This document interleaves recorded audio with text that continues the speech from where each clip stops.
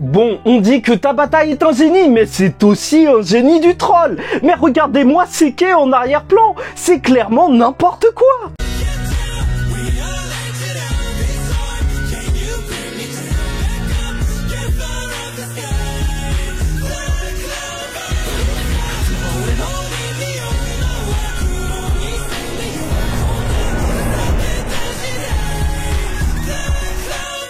Mesdames et messieurs, ici Chage et on se retrouve aujourd'hui pour la review du chapitre 273. Normalement on se retrouve pas juste aujourd'hui parce qu'on vient de se retrouver déjà. D'ailleurs la reaction live, je crois que je vais la supprimer, j'ai trop montré d'images et j'ai pas envie d'avoir ma chaîne supprimée. Mais bref, là on se concentre sur Nash et Asta, cette partie qui était juste incroyable. Donc j'ai parlé de la première page déjà, donc voilà, on sait pas ce qu'il a fait, mais il a fait un truc de malade. Et les pages qui suivent sont juste magnifiques pour la relation Nash, Asta et Rib. Maintenant, il est là, ou Lib, si vous préférez. Lib, il est là aussi. Alors déjà, ce qui est vraiment impactant, c'est qu'on voit même pas l'attaque, mais la seule case qu'on voit après le fait que Asta est attaqué, c'est Nash qui, juste à côté de lui, tu regardes, il y a un gros trou noir, mais énorme. Ça se voit que Asta, là, il a lâché un Dimension Slash. Non, mais clairement, il a lâché une technique de malade et tellement puissante en anti-magie que carrément,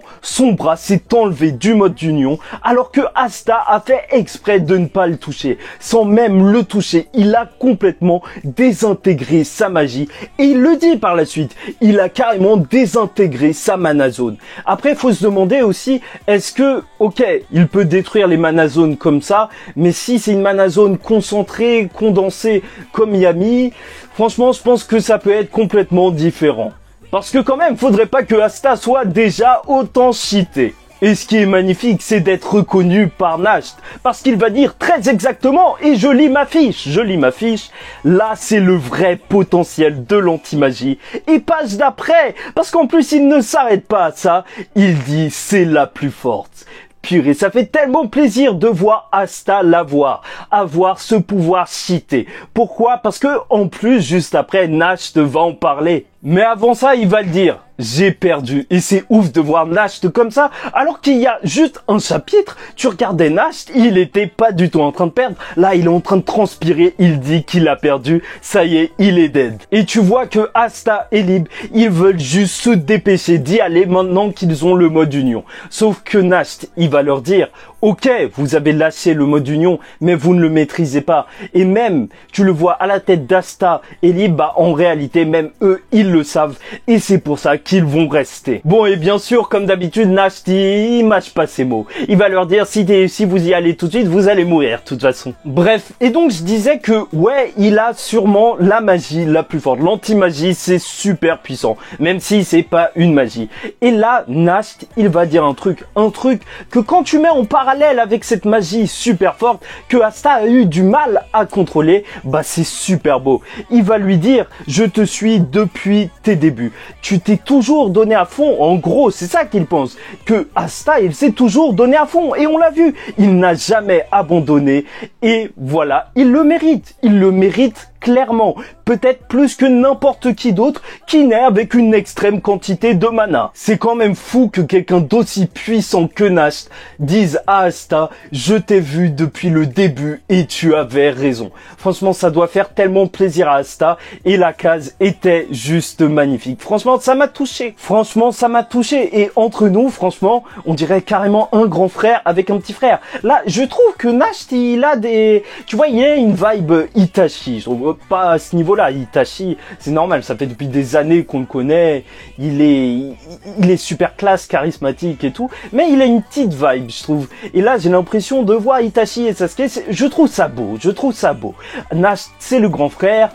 Yami, c'est son père et Rib, c'est son vrai frère. Mais cette case, en tant que plus belle case du chapitre, elle est en concurrence avec celle qui vient juste après, avec Nash qui est devant et tu vois les deux autres qui vont continuer à s'entraîner. Et dès qu'ils auront terminé, ils vont arriver. Et d'ailleurs, même le petit passage, tu vois, où il y a les démons de Nast ensemble, d'ailleurs, c'est juste excellent qu'il en ait 4. Mais voilà, tu vois que Guy Modello, il flippe et il dit qu'il ne veut surtout pas se prendre ce coup. Comme quoi, il a dû être incroyable ce coup. On a juste trop hâte de voir Asta et Lib utiliser ce mode d'union et nous refaire cette technique qu'on n'a pas eu le droit de voir. Bon, et Nast, il va laisser Guy Modello en arrière pour qu'il s'entraîne avec Asta. Enfin, pour qu'il entraîne Asta. D'ailleurs, je trouve ça fou quand même qu'il puisse partir aussi loin de son démon. Mais c'est super cool. Ça veut dire que peut-être Lib, un jour, il sera à l'autre bout de la planète et t'auras Asta aussi de l'autre côté de la planète. Ou peut-être pas du tout et que ça fonctionne différemment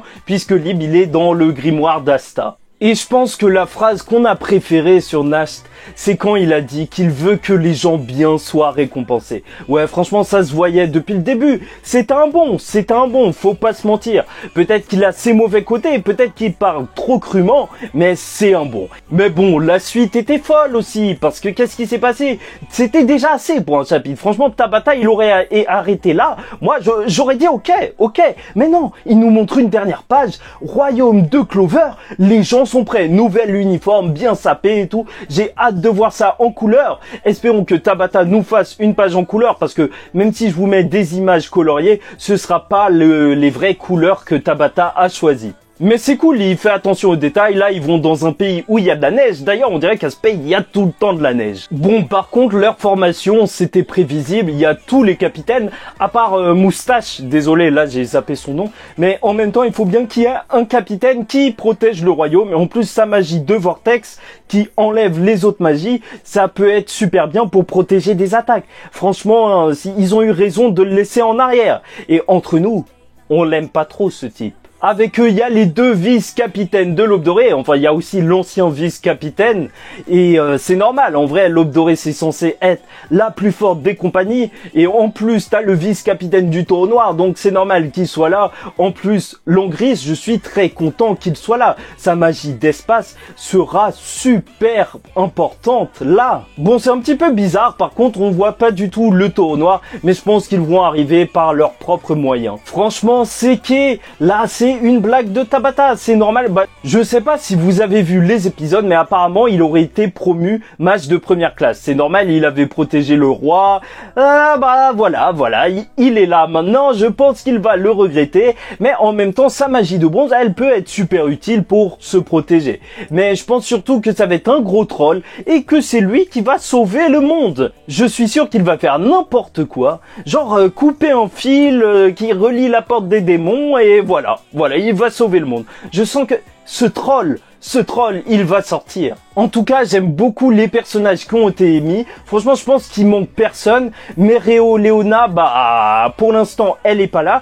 Est-ce qu'elle est sur la page? Parce qu'en réalité, en fait, il y a au moins une personne de plus. Parce que si vous regardez bien à droite, je crois que c'est pas dans l'image coloriée, bah, il y a un vêtement, quelqu'un qui se trouve encore là. Donc, Nash, quand même, il peut déplacer plusieurs personnes. Mais en tout cas, c'est juste excellent. Ça donne tellement envie de voir les combats parce que là, il y aura même l'équipe de Noël qui va se ramener et là, ça va être du pur fight. Là, t'as carrément des arènes où tout le monde va se battre. D'ailleurs, j'ai bien envie de faire une vidéo spéciale pour les match-up, de vous dire qui contre qui j'aimerais bien voir en duo avec qui, parce que j'ai déjà mes petites idées. Donc n'hésitez pas à me dire en commentaire si ça vous intéresse cette vidéo. Enfin pas celle-là, mais celle que je ferai possiblement sur les match-up. Et voilà, franchement le chapitre était ouf. C'était juste un pur plaisir de lire Black Clover cette semaine, comme les autres semaines d'ailleurs. Donc n'hésitez pas à liker, à commenter. C'était un plaisir pour moi de faire la vidéo. J'espère que pour vous aussi, si vous l'avez regardé.